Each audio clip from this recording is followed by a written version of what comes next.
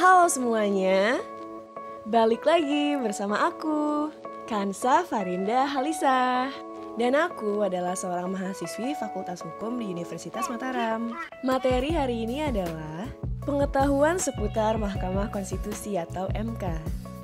Langsung aja kita bahas materi hari ini yuk. Apa itu Mahkamah Konstitusi? Mahkamah Konstitusi merupakan salah satu lembaga negara dan lembaga yudikatif yang melakukan kekuasaan kehakiman yang merdeka untuk menyelenggarakan pengadilan guna menegakkan hukum dan keadilan.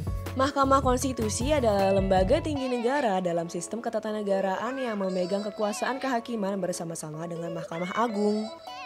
Apa saja kewenangan yang dimiliki oleh Mahkamah Konstitusi? Mahkamah Konstitusi mempunyai 4 kewenangan dan 1 kewajiban sebagaimana diatur dalam Undang-Undang Dasar 1945. Mahkamah Konstitusi berwenang mengadili pada tingkat pertama dan terakhir yang putusannya bersifat final untuk yang pertama yaitu untuk menguji undang-undang terhadap Undang-Undang Dasar. Yang kedua yaitu untuk memutus sengketa kewenangan lembaga negara yang kewenangannya diberikan oleh Undang-Undang Dasar. Yang ketiga yaitu untuk memutus pembubaran partai politik. Dan yang keempat adalah untuk memutus perselisihan tentang hasil pemilihan umum. Kewajiban Mahkamah Konstitusi. Mahkamah Konstitusi wajib memberikan putusan atas pendapat Dewan Perwakilan Rakyat mengenai dugaan pelanggaran oleh Presiden dan atau Wakil Presiden menurut Undang-Undang Dasar.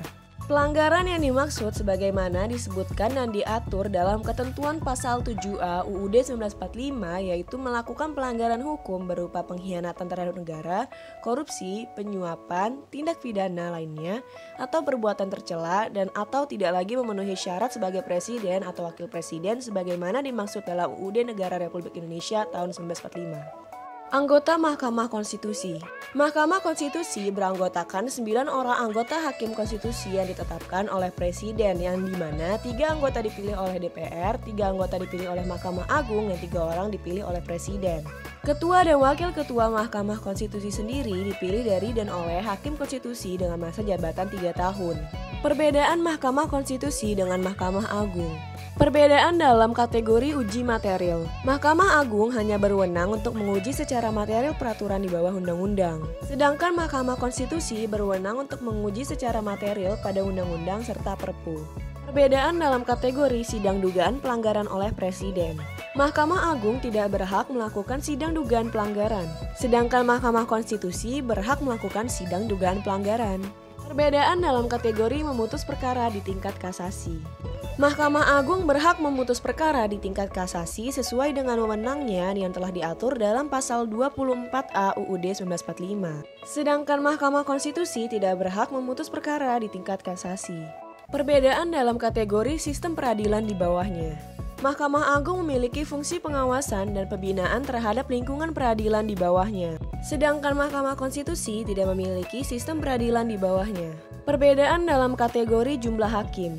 Jumlah hakim agung paling banyak 60 orang menurut pasal 4 UU nomor 5 2004. Sedangkan susunan Mahkamah Konstitusi terdiri atas seorang ketua merangkap anggota, seorang wakil ketua merangkap anggota, dan 7 orang anggota hakim Mahkamah Konstitusi menurut pasal 4 ayat 2 UU nomor 8 2011. Dan perbedaan yang terakhir adalah perbedaan dalam kategori pencalonan hakim.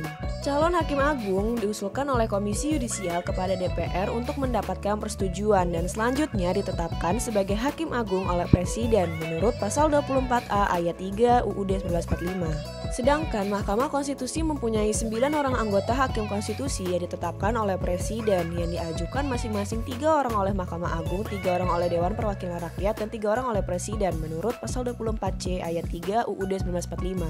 Nah, sekarang materi kita udah habis deh. Kalau begitu sampai sini aja ya videonya.